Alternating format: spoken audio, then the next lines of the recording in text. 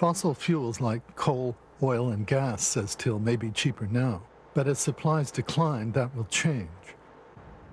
Fossil fuels also produce pollution and greenhouse gases, so that many environmental groups oppose their use as well. So where do we get our electricity from? We get it from solar. You want me to give you a book that shows how realistic solar is? You've got wind power, you've got biomass, you've got photovoltaics, you've got tidal, you've got all kinds of technologies now moving toward commercial viability.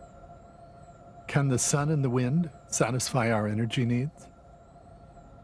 Energy has to be produced for modern society on a huge scale. The only way you can do that is with energy sources that have concentrated energy in them. Coal, oil, natural gas. And the quintessential example of it is nuclear, where the energy is so concentrated. I mean, you have something to work with. With solar, your main problem is gathering it. Few seem to share Till's long-term vision. From Main Street to Wall Street, nuclear energy is perceived to be a risky proposition. And since America, for now, has ample supplies of cheap fossil fuels, it's a risk Americans don't have to face. That still leaves the 109 nuclear plants currently in service that produce 20% of our electricity. Anti-nuclear groups want these plants shut down because of what may be the biggest nuclear issue of all: nuclear waste.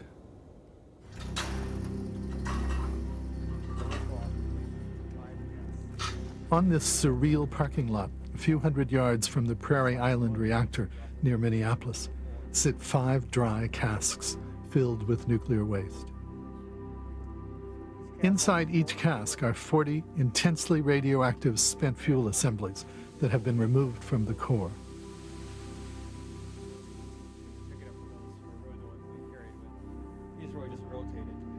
I don't keel over and die because 9.5 inches of stainless steel block the gamma rays. As you can see right here, right on the cask, it's about 3 millirem per hour. A cross-country airline flight is going to give you about 5 millirem, and a chest X-ray is in the 30 to 50 millirem. Oh.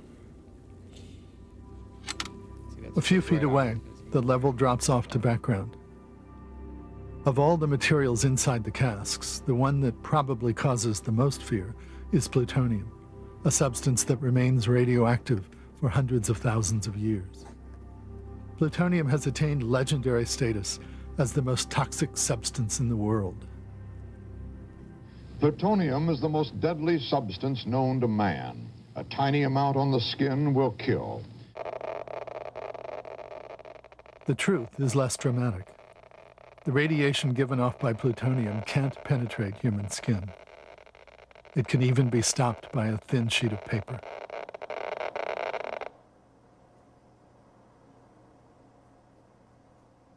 While plutonium is dangerous to ingest, it's nowhere near the most toxic substance known to man. It is, however, a highly concentrated form of energy. There's as much energy available in 1 gram of plutonium as in 1 ton of oil. So outside the United States, in France, Japan, and many other countries, they don't regard plutonium as waste. They recycle the plutonium and unused uranium and fabricate new fuel elements. By recycling the plutonium, they not only reduce the volume of waste, they also get energy.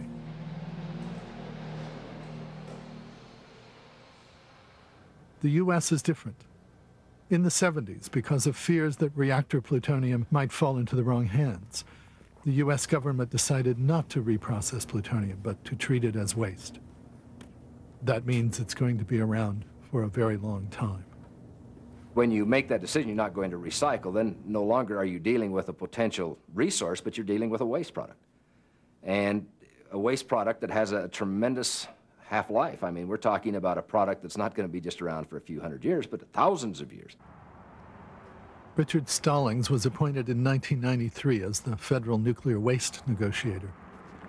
It was his job to try to find a community willing to take the high-level waste from nuclear power plants on a temporary basis until the government established a permanent repository. he found it hard going. It was a very hard sell.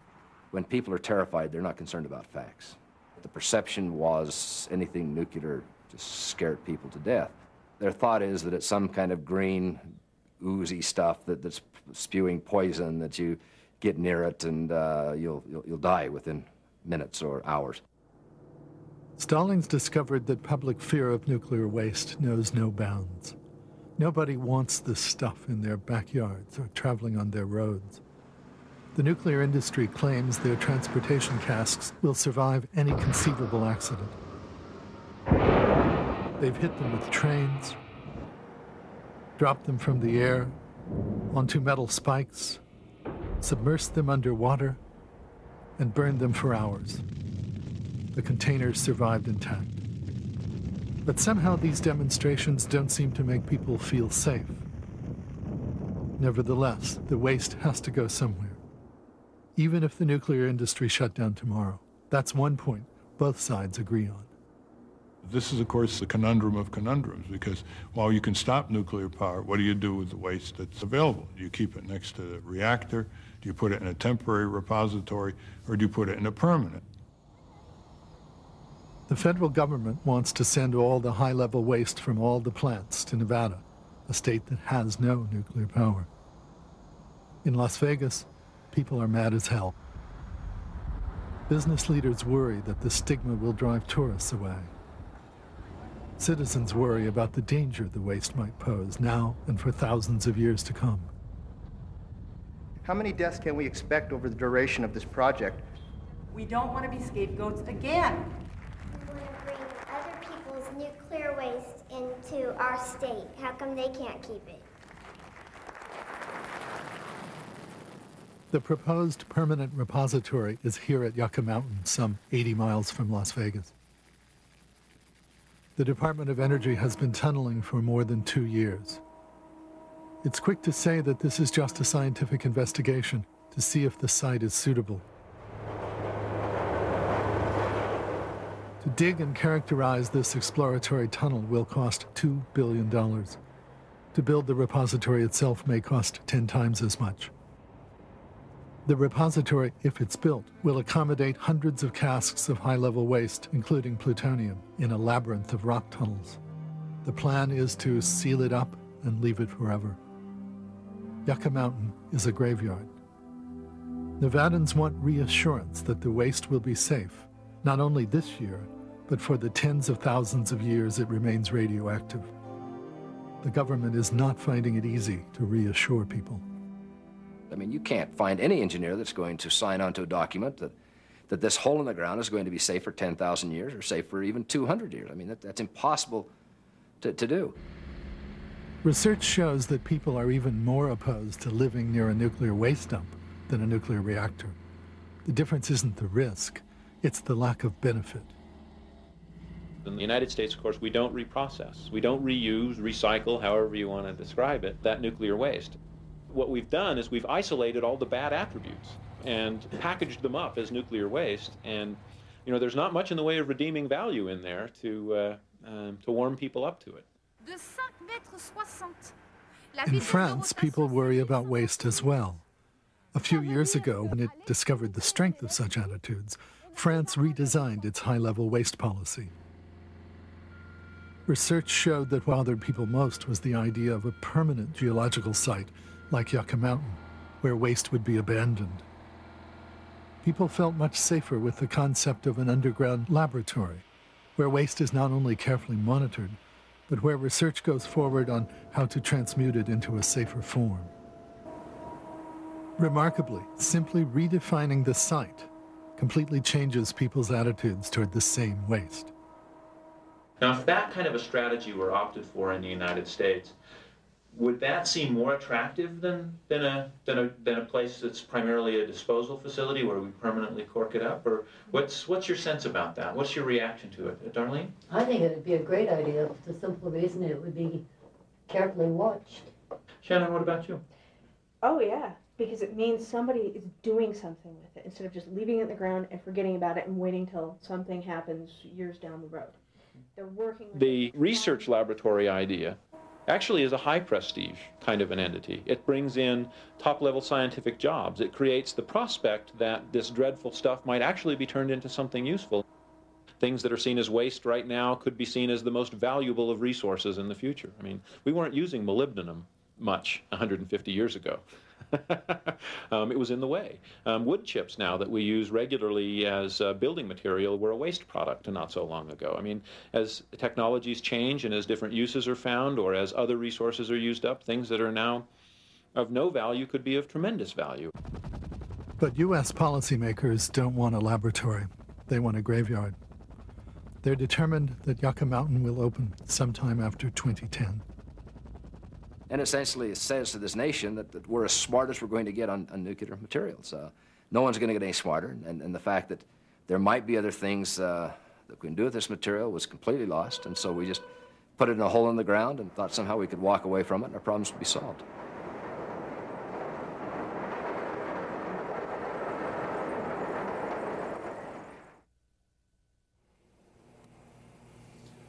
Okay, let's congregate in this end here. These children are visiting a teaching reactor in Virginia, where it's possible to see a nuclear core glowing at the bottom of a containment pool. For them, it's like a museum visit, a curiosity. If current trends continue, by the time they're middle-aged, nuclear power may be largely phased out in the U.S., though it will almost certainly continue to thrive in France and in Asia.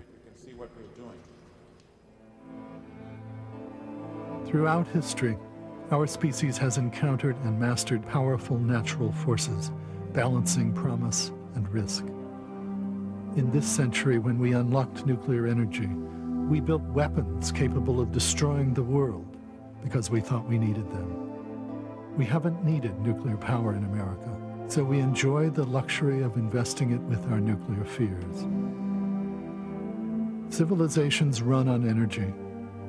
What will our descendants make of our decision to reject this awesome source? Will they applaud us for having the courage to say no? Or will they condemn us for surrendering to our fears?